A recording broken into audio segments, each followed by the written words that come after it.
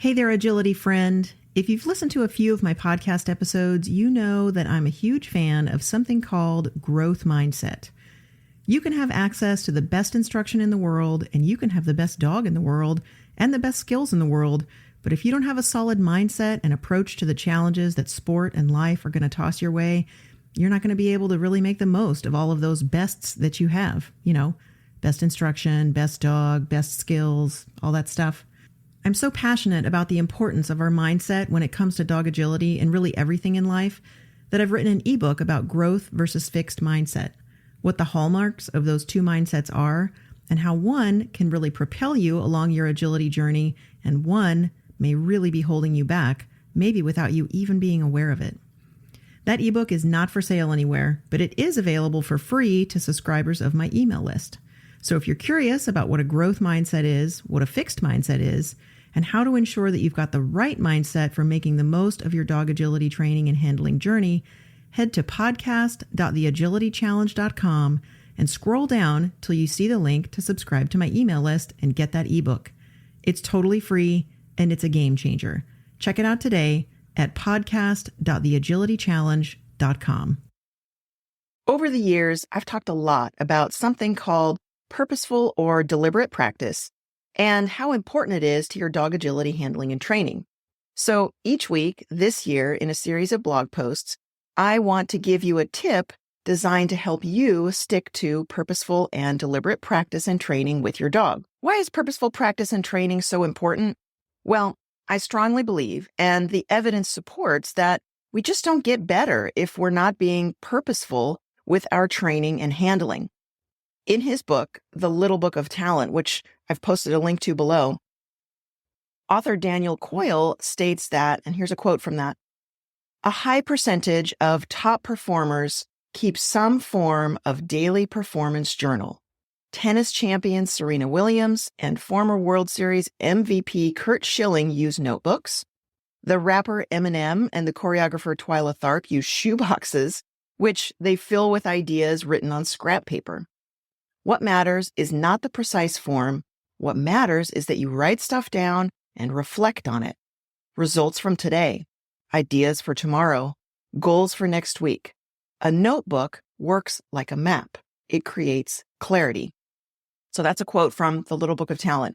And I have to say, this little book is one of my favorite little books. My copy, I have a hard copy, a hardback copy. It's got writing on almost every page. I have almost every single page marked with a tab. I'm not sure what the point of the tabs is, since every page is tabbed. So I'm going to be referencing this book throughout the year.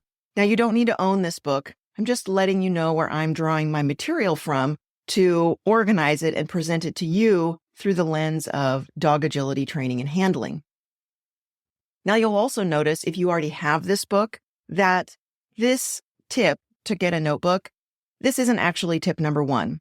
However, I wanted to cover it first since it's the beginning of the year, and the sooner you can get a notebook or a means of keeping records, if it's a shoebox, the better.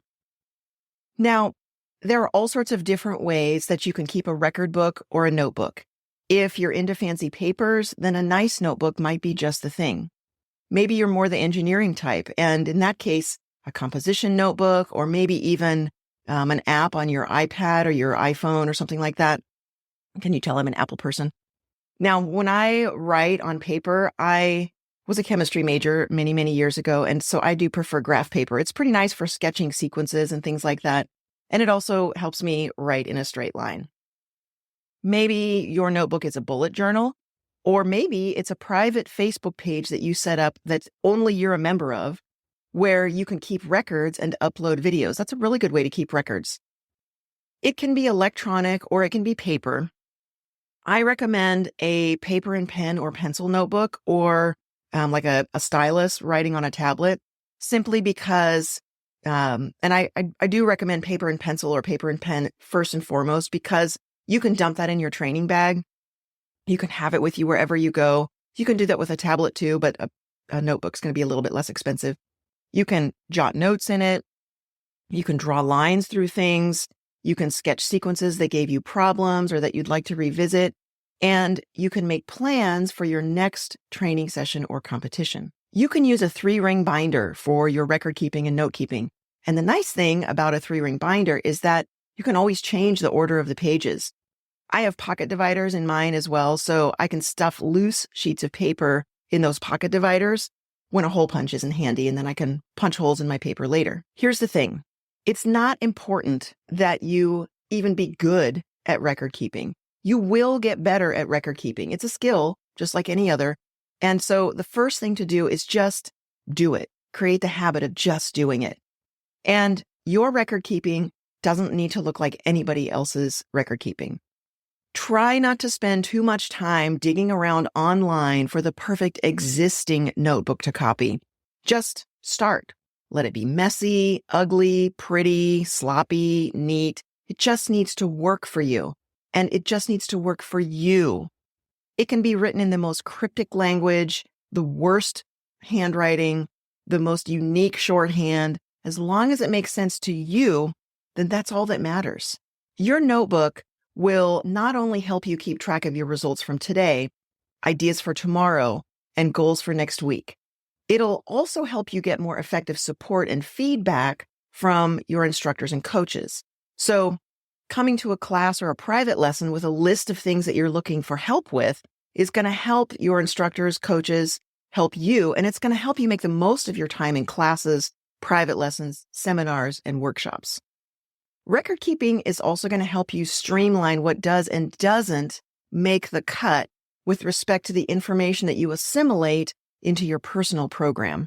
There's a lot of information out there. Some of it's good, some of it isn't as good, but that's not as important as being able to spot whether or not information fits into your program in a useful way. It may be that you see a top handler make some quote unquote fancy move at a competition, and it may be worth jotting it down in your notebook for later reflection. What was it that handler did? How could it be useful to you? Or maybe it's something that really isn't going to fit into your program at this time, but maybe you'll set it aside for future consideration. So remember, a notebook works like a map.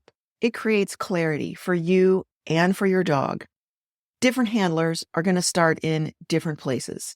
If you're new to the sport, or if your dog isn't ready to run full sequences yet, then you're going to use your map and your record keeping to focus on foundation skills, kind of like those found in my online training and handling membership, the Agility Challenge. If you're a little further along, then you'll want more challenging stuff to train, but don't ever get too far from solid foundation training. You're always going to want to revisit foundation training, no matter where you're at in your dog agility handling and training journey. It may be that right now you're going to take a break from agility handling and training, maybe due to scheduling or bad weather, and you're going to focus on the human or canine conditioning side of things. Or it may be that you decide to focus on some mental game challenges for either you or the dog. Don't feel as though you're falling behind if you can't train every day. The FOMO, or fear of missing out, can be real. But if you can't train, you can still have that notebook and you can think and plan for when you can train and jot all of those thoughts and plans down in your notebook. That's it for this week's Agility Challenge tip.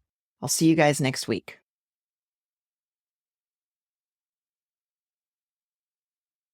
Thanks for joining me on the Agility Challenge podcast with Daisy Peel. If you'd like to take your agility training, handling, and mental game to the next level, check out that ebook that I mentioned at the top of the episode. You can get it for free at podcast.theagilitychallenge.com. It's not for sale anywhere, and it's only available to subscribers of my email list. Getting on board with the right mindset when it comes to your dog agility handling and training challenges is a game changer, so make sure you check it out.